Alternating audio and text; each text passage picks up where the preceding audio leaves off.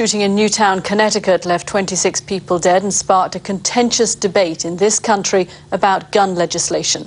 Tomorrow, President Obama will reveal his plan to deal with gun violence after receiving a report from his Vice President Joe Biden. Democratic Congressman Bobby Scott sat on the task force that helped the White House draw up these proposals, and he joins us live now from Congress. Thank you very much, Congressman, for joining me. I mean, when you look at what has happened to gun sales in America since Newtown, in your own state of Virginia, for example, they've spiked, and it gives you a sense of just what you're up against if you want to make gun laws tighter in the country, doesn't it?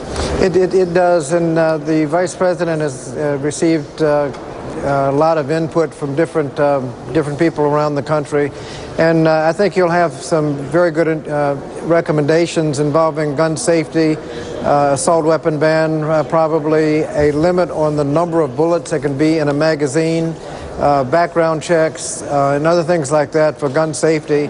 We'll also have hopefully recommendations on mental health. All of the people involved in these mass shootings have had what should have been obvious untreated mental health problems. Health care reform will go a long way next year in making sure that mental health services are available to everybody. But we need to make sure there's a mental health component. And then a general crime prevention piece where you invest in young people to get them on the right track and keep them on the right track so they don't get in trouble to begin with. Congressman, the governor of New York has just signed the first gun restricting laws since the attacks in Newtown. That's one thing to do that in New York. It's another thing to do it in a state like Virginia.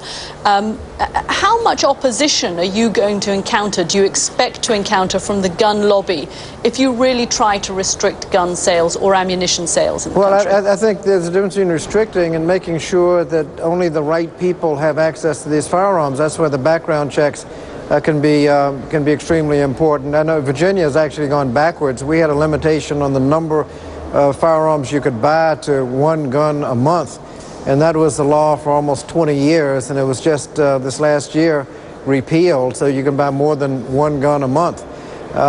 So in Virginia, we're actually going backwards. But I think you can limit with background checks to make sure that those with criminal records are not getting firearms, making sure that mental health records are available so those that are ineligible due to mental health challenges to buy arms have that in the database and are denied access to firearms. What about broader restrictions, though? Because, of course, you will be up against the National Rifle Association, no particular friend of yours, Congressman, but, I mean, they're not going to be happy with any kind of restrictions on gun sales because they are lobbying for the gun industry and there are very big profits there. Well, I think there's a difference between limitations on purchases and limitations on who can purchase. I think that there's beginning to be a consensus that those who are ineligible to buy firearms ought to be restricted, that people who have criminal backgrounds and are ineligible to buy, you ought to have a universal record check. Right now, there's so many ways to avoid the record check,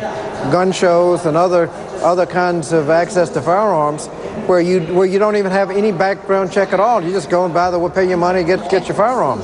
Okay, Congressman Bobby Scott, thank you very much for joining us from Capitol Hill there. You're watching BBC World News America.